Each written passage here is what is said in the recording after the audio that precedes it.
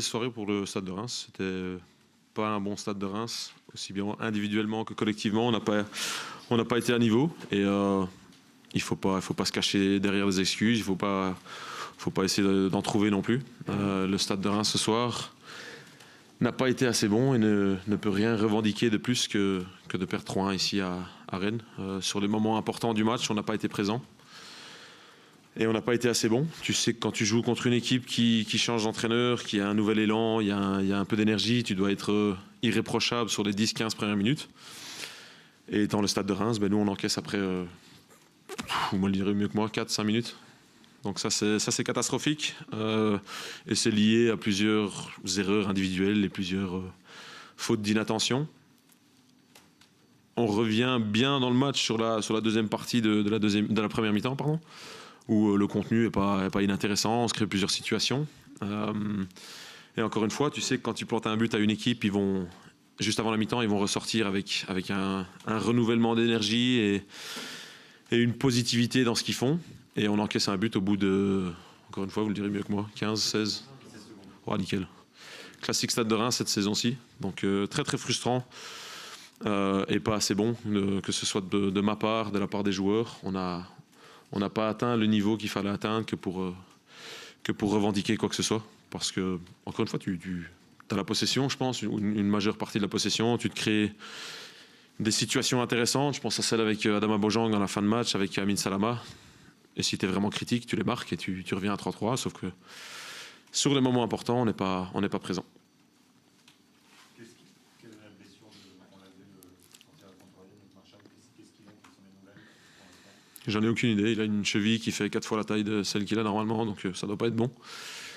Et à mon avis, on va le perdre pendant un bon moment. Donc espérons que c'est rien de trop grave, mais là ça va pas l'air top.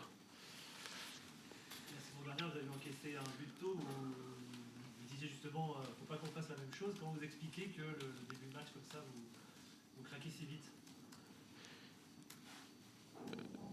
Bonne question. Très bonne question. Et c'est pas faute de l'avoir répété et crié avant de rentrer sur le terrain après l'échauffement. Et c'est là que tu te sens toujours un peu con comme entraîneur parce que tu as beau prévenir des trucs, tu as beau insister sur des faits. La réalité des choses est parfois fort différente. Donc ça, c'est frustrant, c'est évitable surtout, je pense.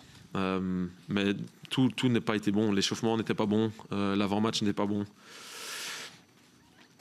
Et je le répète, individuellement et collectivement, on n'a pas atteint le niveau qu'il fallait pour mettre en difficulté cette équipe de Rennes.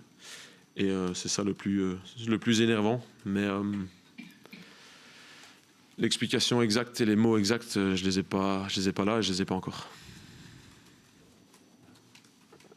Est-ce que la trêve internationale a pu casser aussi un petit rythme que vous aviez? Vous étiez une équipe plutôt très bonne, notamment la défaite à Paris face à Paris qui était sévère. Est-ce que la trêve aussi peut être une explication? Pas forcément acceptable, mais une explication. Ça peut être une explication, mais comme j'ai dit au début, j'ai pas cherché d'excuses, je vais pas chercher de raison à ça. La conclusion est simple, individuellement et collectivement et en tant que staff, on n'a pas été assez bon. Et les moments importants de ce match-ci, que tu devais maîtriser et qu'on aurait pu facilement maîtriser, on ne l'a pas fait. Mais après, il n'y a pas mort d'homme, il n'y a pas une remise en question énorme. C'est juste, on est toujours que le Stade de Reims, même si on a fait des choses intéressantes en début de saison. Et ce genre de match-là fait sans doute partie de notre développement et de notre parcours prévu. Même si, on va pas se cacher, ça casse la tête. Vous avez la chance de vous rejouer assez vite, puisque le match suivant est dès vendredi contre Strasbourg. Est-ce que ça, finalement, pour essayer de rebondir dessus, c'est plutôt une bonne chose de pouvoir rejouer assez rapidement? Oui, on va dire oui. On doit montrer quelque chose d'autre que ce qu'on a montré ce soir, parce que ce soir c'était largement insuffisant. Et tout le monde en est conscient, je pense, et ça c'est le point positif. Donc à nous, je le dis, à nous de réagir, à nous de se remettre au travail cette semaine-ci et de faire les choses correctement, parce qu'aujourd'hui on les a pas faites. Vous attendiez à une défense à 3 mise par le coach suivant, vous aviez prévu ça? Mais je dois dire que le travail de la presse cette semaine-ci et les jours qui ont lié au match étaient exemplaires et admirables. Parce qu'on savait exactement comment eux allaient jouer et eux savaient exactement comment nous allaient jouer.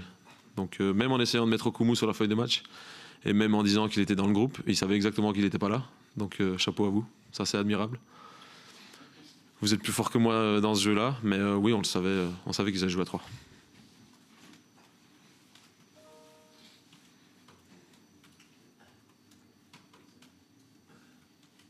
On est bon ? Magnifique. Bonne soirée.